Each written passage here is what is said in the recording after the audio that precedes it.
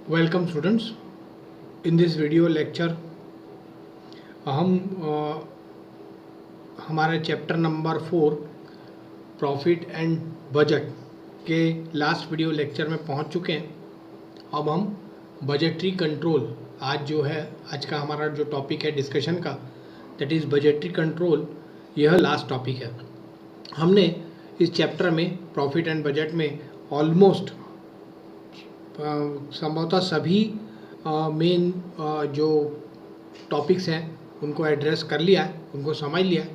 This is the last topic in this chapter budgetary control, और इसके बाद हम नेक्स्ट चैप्टर की ओर बढ़ेंगे, that is chapter number 5। So what is budgetary control? हमने बजट देखा, बजट के डिफरेंट टाइप्स देखे, बजट के एडवांटेजेस देखे, ऑब्जेक्टिव्स देखे। अब हम ये बजटरी कंट्रोल क्या है और ये बजटरी कंट्रोल क्यों महत्वपूर्ण है अलग से पढ़ना। तो बजट जब हम बनाते हैं उसके एडवांटेजेस, उसके ऑब्जेक्टिव्स सब अलग हैं, और बजटरी कंट्रोल के एडवांटेजेस और उसके ऑब्जेक्टिव्स ये दोनों अलग हैं। इन दोनों को आप एक दूसरे से एक जैसा नहीं कर सकते। So why is that we want to see in this video lecture. Budgetary control क्या होता है? बजट के द्वारा 3 संक्रियाओं, कौन कौन सी? नियोजन दैट इज प्लानिंग, समन्वय मतलब कोऑर्डिनेशन, और नियंत्रण मतलब कंट्रोल। 3 चीज़ें हम बजट के द्वारा परस्पर संबंध करने की प्रक्रिया को आय व्यय नियंत्रण या बजटरी कंट्रोल कहते हैं।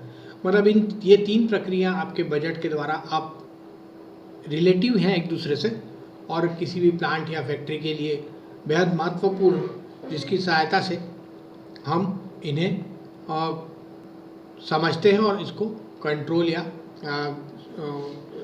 नियंत्रण करने का प्रयास करते हैं बजट के माध्यम से। कौन कौन सी 3 मुख्य बातें हैं? पहला, नियोजन मतलब प्लानिंग, समन्वय मतलब कोऑर्डिनेशन, और नियंत्रण मतलब कंट्रोल। आप इसे PCC इसके माध्यम से भी आप याद रख सकते हैं। इसे लिख लीजिए,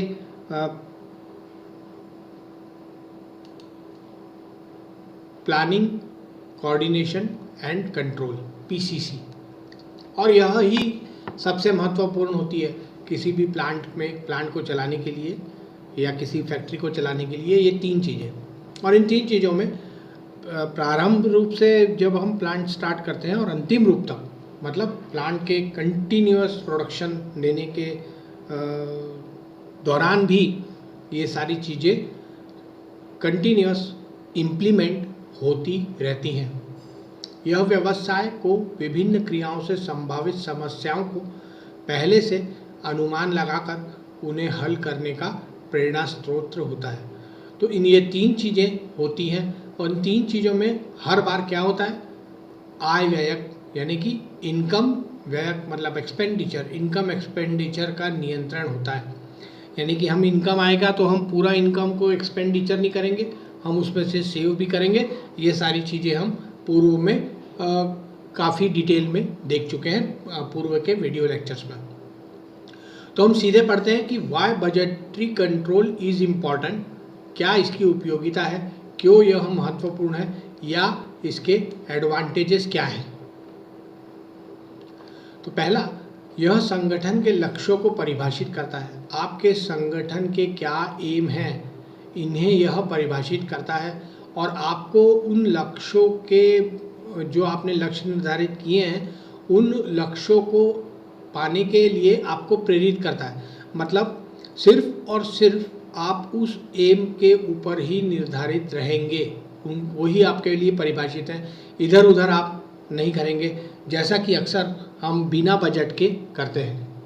तो बजटरी कंट्रोल में आपने बजट बना लिया है, उसी बजट के अनुसार आपको चलना है। तो ये आपके एम्स या ऑब्जेक्टिव्स आपको अचीव करने के लिए डिफाइन करता है कि आपको बस इस हेड में इतना ही पैसा देना है।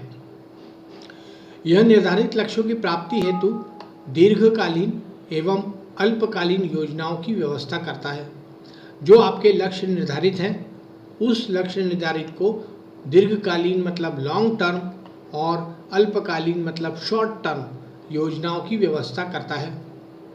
तो ये अल्पकालीन और दीर्घकालीन इसे इस तरीके से भी समझते हैं कि सरकार समय समय पर कई योजनाएं लाती हैं, वो दीर्घकालीन भी होती हैं और कभी कभी अल्पकालीन भी होती है। से फॉर एग्जांपल अभी सेंट्रल गवर्नमेंट ने एक योजना की शुरुआत की है जिसे प्रधानमंत्री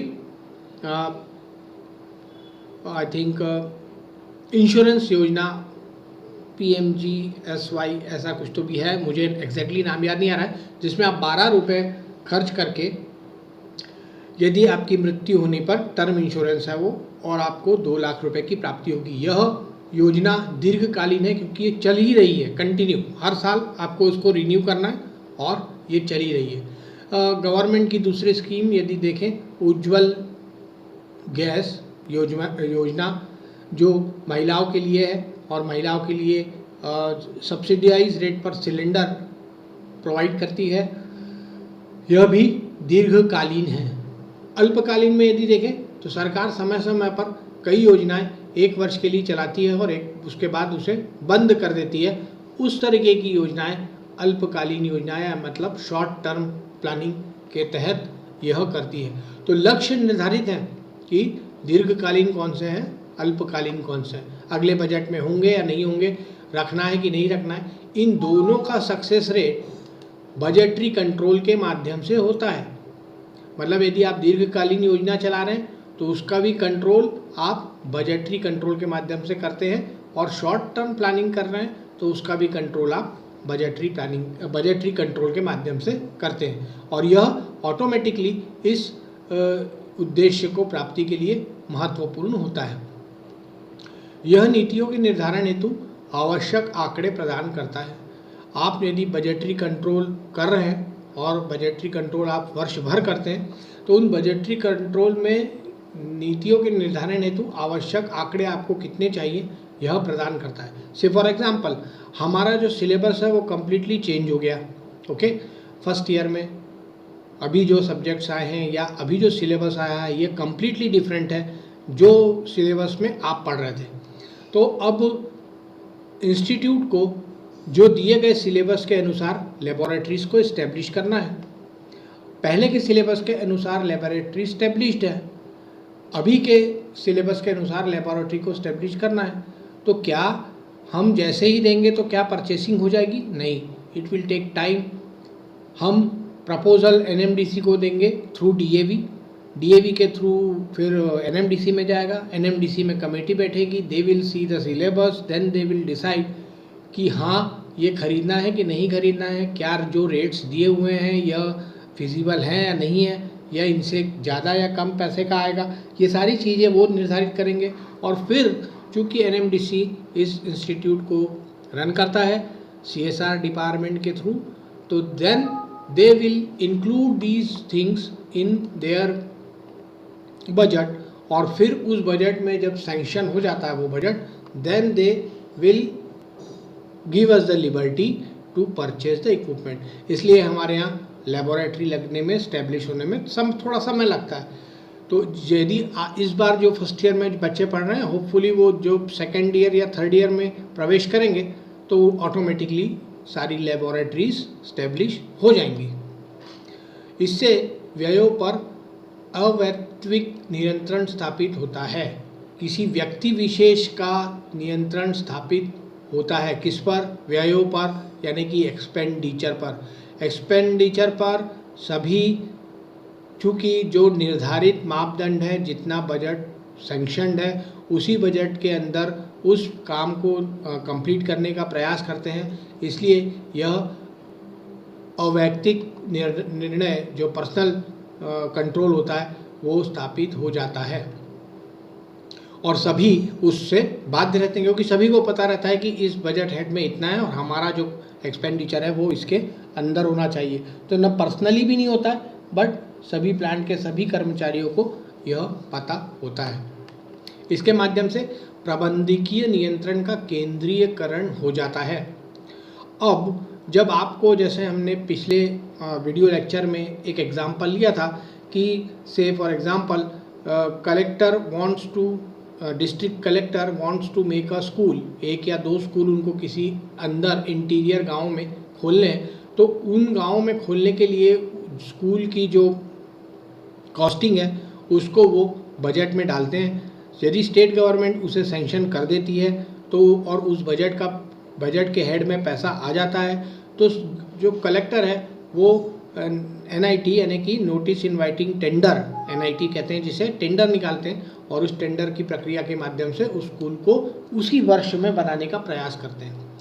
और नियंत्रण कैसे स्थापित होता है कि यदि आपने उस स्कूल को उस निर्धारित बजट में नहीं बनाया, so the state government can ask the collector कि आपने इस दिए हुए पैसे का सही सदुपयोग क्यों नहीं किया, और उनकी रिस्पॉन्सिबिलिटी या उनके ऊपर विभागीय कार्यवाही करने के लिए भी स्वतंत्र होता है कि भाई बजट आपने दिया, हमने आपको पैसा अलॉट किया, आपने जितना पैसा बोला उसको हमने अलॉट किया, हो सकता है ऊपर थोड़ा सा उसमें कुछ कम हो,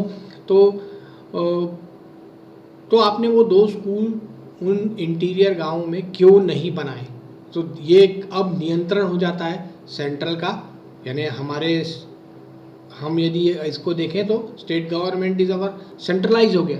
तो स्टेट गवर्नमेंट ने पैसा दिया उस स्कूल को और वो स्कूल यदि नहीं बना तो दिस इज ये एक नियंत्रण है उनका कि आपको फिर अब ये बनाना ही है। यह वित्तीय आवश्यकताओं के निर्धारण तथा नकदी संबंधी स्थिति पर नियंत्रण करने में सहायक सिद्ध होता है। यह वित्तीय आवश्यकताओं के निर्धारण तथा नकदी संबंधी स्थिति पर नियंत्रण करने में सहायक सिद्ध होता है। तो वित्तीय आवश्यकताएं कुछ भी हो सकती हैं, और वित्तीय आवश्यकताएं या कैश रिलेटेड किसी भी समस्या को बजटरी कंट्रोल के माध्यम से हमें बहुत हेल्प मिलती है, असिस्टेंस मिलता है कि हमारी जो भी फाइनेंशियल डिमांड है या ज़रूरतें हैं, उन ज़रूरतों को हम इस बजट के कंट्रोल के माध्यम से सही तरीके से निष्पादित कर सकते हैं। This is the main point in all this point कि हम किसी भी तरीके की समस्याओं को बजटरी कंट्रोल के माध्यम से डिफाइंड या नॉट डिफाइंड हो या नहीं डिफाइंड हो, इन दोनों का हम निर्धारण करते हैं।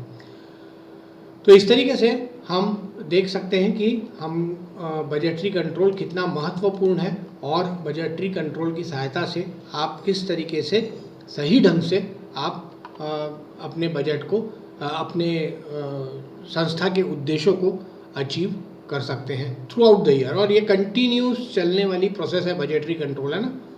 बजट और बजटरी कंट्रोल दोनों कंटिन्यूस चलने वाली प्रोसेस है। आप ऐसा नहीं कह सकते कि फरवरी या मार्च में बना या नहीं बना। इसको हम एट द लास्ट इसे डिस्कस करेंगे। अब हम देखते हैं ऑब्जेक्टिव्स ऑफ बजट। तो बजट के उद्देश्य हम पहले 3 देख चुके हैं, उसके बाद के और जो मुख्य उद्देश्य है 5 उनको देखने का प्रयास करेंगे। कि पहला, आर्थिक उद्देश्यों को परिभाषित करना, इसे हम पढ़ चुके हैं। उन कारणों का पता लगाना जिनके कारण वास्तविक परिणाम वांछनीय उद्देश्यों से अधिक या कम प्राप्त हुए हों, इसको भी हम डिस्कस कर चुके हैं कि हमने जो डिज़ाइन बजट दिया था, डेजिग्नेटेड बजट में जितना पैसा दिया था, क्या वो खर्चा हुआ या नहीं हुआ, और उसके जो उद्देश्य हैं वो परिपूर्ण हुए कि नहीं। से फॉर एग्जांपल स्कूल, आपका स्कूल बना कि नहीं बना, आप वहाँ जाके फिजिकली वेरीफाई कर सकते हैं। और यदि आप नहीं बना तो आपको वहाँ नहीं दिखेगा, तो जिसके कारण आप समझ सकते हैं कि वो काम पूरा नहीं हुआ है। खर्च के प्रत्येक मद का अलग से विश्लेषण करना, एक एक हेड को कई कमेटियों के द्वारा डिस्कस किया जाता है, समझा जाता है उसकी इम्पोर्टेंस है या नहीं है, क्या वो करना ज़रूरी है नहीं है, ये सारी चीज़ों को कंटिन्यू एनालिसिस इसका किया जाता है। विश्लेषण यानी एनालिसिस, कंटिन्यू एनालिसिस किया जाता है थ्रू आउट द ईयर, हर चीज़ पूरे वर्ष भर की जाती है। भावी नीति के लिए, फ्यूचर पॉलिसी के लिए आधार प्रदान करना तथा प्रेजेंट पॉलिसी को दोहराना। तो अब आपको यदि फ्यूचर पॉलिसी बनानी है तो आपको वर्तमान पॉलिसी के आगे सोचना पड़ेगा। तो ये वर्तमान पॉलिसी जो है, जो हमारी प्रेजेंट पॉलिसी है, वो आधार बनती है हमारी फ्यूचर पॉलिसी के लिए। इस पॉइंट को भी हम पहले देख चुके हैं। मूल्यों को स्थिरता प्रदान करना तथा स्पर्धा के लिए नीति निर्धारित करना। जब हम बजट बनाते हैं तो हर हेड में हमारे पास कुछ अमाउंट होता है, उस अमाउंट के अंडर ही हमें कार्यों का निष्पादन करना पड़ता है, कार्य पूर्ण करने पड़ते हैं। तो जब हम देखते हैं कि हमारा एक कार्य कम पैसों में पूर्ण हो गया, संपन्न हो गया, तो हम स्पर्धा के लिए सही तरीके से पॉलिसी बना सकते हैं। तो ये यदि हमने मूल्यों को स्थिरता प्रदान करते हुए हमारे जो निर्धारित हेड है उससे कम खर्चा किया है, तो हमारी जो पॉलिसी है स्पर्धा के लिए उसे हम बना सकते हैं। हम हमारे प्रोडक्ट की टोटल कॉस्ट को कम कर सकते हैं, और टोटल कॉस्ट कम करने के बाद हम अपने प्रॉफिट में भी कमी करके बाजार में कॉम्पिटिटिव मार्केट में आसानी से उतर सकते हैं। अब हम देखेंगे, तो इस तरीके से हमने अभी ऑब्जेक्टिव्स ऑफ बजट कंट्रोल देखे। अब हम देखेंगे एडवांटेजेस ऑफ बजट कंट्रोल। इससे बजट कंट्रोल से हमें क्या एडवांटेजेस हैं। हो सकता है कि ये बजटरी उद्देश्य, एम्स और इसके ऑब्जेक्टिव्स और उसकी हेल्प, इन दोनों में कई पॉइंट्स एक दूसरे में समाहित हैं, ये आप ज़रूर समझ सकते हैं। तो हो सकता है कि कोई पॉइंट आपको अभी रिपीट होता हुआ प्रतीत हो, जो कि स्वाभाविक है। तो बजटरी कंट्रोल में यह व्यवसाय के लक्ष्यों को स्पष्ट रूप से परिभाषित करता है। ये हमने देखिए, ये पॉइंट हमने पहले देख चुके हैं। इन लक्ष्यों की प्राप्ति के लिए नियोजन तैयार करने में मदद करता है। यस, प्लानिंग, पीसीसी मैंने आपको बोला था, प्लानिंग, कंट्रोल, ये तीनों इसमें मदद करता है। तो यह भी हम पहले डिस्कस कर चुके हैं। यह व्यवसाय संबंधी नीतियाँ बनाने में मदद करता है। यस, नीतियाँ बनती हैं पीसीसी के माध्यम से। यह खर्चों पर नियंत्रण रखता है। यस, जितना डेजिग्नेटेड है बजट के हेड में, हमें उतना ही खर्चा करना है। यह बजट काल के लिए आवश्यक धनराशि के बारे में पूर्व सूचना प्रदान करता है। आप वर्ष भर के लिए बजट बनाते हैं, आपको पता है हर हेड में कितना पैसा है, उस पैसे के बारे में आपको पूर्व सूचना रहती है। यह आर्थिक स्थिति पर नियंत्रण करने में भी मदद करता है। यस, हमने ऑब्जेक्टिव्स में देखा कि यह हमारी जो आर्थिक स्थिति है इसको नियंत्रित करता है। यह अदक्षता के कारणों पर नियंत्रण पाने में प्रबंधन की मदद करता है। यदि अदक्षता, इनएफिशिएंसी आपके प्लांट में कहीं पर भी हो रही है, तो आप जो टॉप मैनेजमेंट है वो इसे पूछता है कि भाई इसे पूर्ण करते समय आपने अदक्षता, इनकॉम्पिटेंस तो नहीं कह सकते, इनएफिशिएंटली आपने काम क्यों किया। यह भावी नीतियों तथा नियोजनों को निर्धारित करने के लिए विभिन्न अधिकारियों को समन्वय को बढ़ावा देता है। कोऑर्डिनेशन आपस में बढ़ाता है कि जो विभिन्न डिपार्टमेंट में जो व्यक्ति काम करते हैं वो आपस में एक दूसरे के साथ मिलकर दोनों डिपार्टमेंट की भलाई के हिसाब से अपने बजट को बनाते हैं, जिससे कि एक हेड में ही दोनों डिपार्टमेंट का काम चल सके, क्योंकि हर डिपार्टमेंट एक दूसरे से जुड़ा होता है। यदि एक डिपार्टमेंट दूसरे डिपार्टमेंट को कोऑर्डिनेट नहीं करेगा तो दूसरा डिपार्टमेंट भले ही अपनी प्रोडक्शन कैपेसिटी बढ़ा ले, तो वो पहला डिपार्टमेंट उस कैपेसिटी को कभी भी अचीव नहीं कर सकता, या उससे बाद वाला डिपार्टमेंट उसको कभी भी अचीव नहीं कर सकता। तो कोऑर्डिनेशन जो है बहुत ज़रूरी है, समन्वय। नेक्स्ट, प्रशासन के लिए यह एक औजार का कार्य करता है। यह औजार मतलब टूल है, ये औजार मतलब टूल है, ये एडमिनिस्ट्रेशन, प्रशासन मतलब एडमिनिस्ट्रेशन के लिए यह टूल की तरह कार्य करता है कि यदि आपने सही ढंग से काम नहीं किया तो आपको यह एक प्रॉब्लम क्रिएट करेगा और इसके साथ ही साथ आप उसे उस प्रॉब्लम को एसोसिएट करके आप सही ढंग से उसे उस डिपार्टमेंट से काम करवा सकते हैं, उसे मजबूर कर सकते हैं कि वो अपने कार्य को सही तरीके से निष्पादित करें, पूर्ण करें। यह वांछनीय परिणाम प्राप्त कर सकने के लिए अधिकारियों को कहाँ पर कार्यवाही करनी चाहिए इसका आइडिया देता है। हमें पता रहता है कि सपोज हमारे पास 2 हेड हैं, एक हेड में पूरा पैसा जा चुका है, दूसरे हेड में पैसा बाकी है, तो हम कोऑर्डिनेशन के द्वारा दूसरे हेड से किसी और जगह पर भी हम अमाउंट को ट्रांसफ़र कर सकते हैं। चूँकि यह सैंक्शन अमाउंट रहता है तो हम इसे दूसरे जगह पर भी प्रयोग कर सकते हैं, लेकिन उच्च अधिकारियों को रिपोर्टिंग प्रॉपर करने के पश्चात। यह संस्थान को प्रत्येक विभाग का निष्पादन मापने में मदद करता है। ये हमने पहले डिस्कस किया कि प्रत्येक विभाग को डिफरेंट बजट हेड के माध्यम से अमाउंट दिया जाता है। अब आपको ये डिसबर्समेंट या निष्पादन करना है, और यदि आपने नहीं किया तो उस विभाग को टॉप मैनेजमेंट कह सकता है कि आपने दिए गए बजट का सही उपयोग नहीं किया, तो क्यों न आपके ऊपर संस्थागत जो भी है उसकी कार्यवाही की जाए, यानी कि आपने वर्ष भर कुछ भी काम नहीं किया, आपको बजट जो अलॉट था।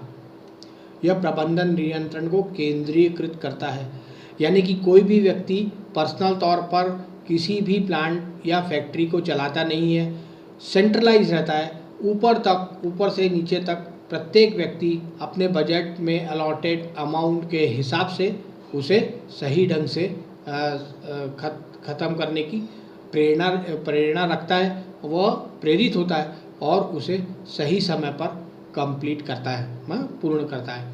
तो यह जो बजटरी कंट्रोल है और बजट है, यह दोनों यदि मैं इसे सम अप करूं तो इसके काफ़ी पॉइंट्स एक दूसरे से मिलते हुए हैं और आप इसे सही ढंग से समझ पाएंगे।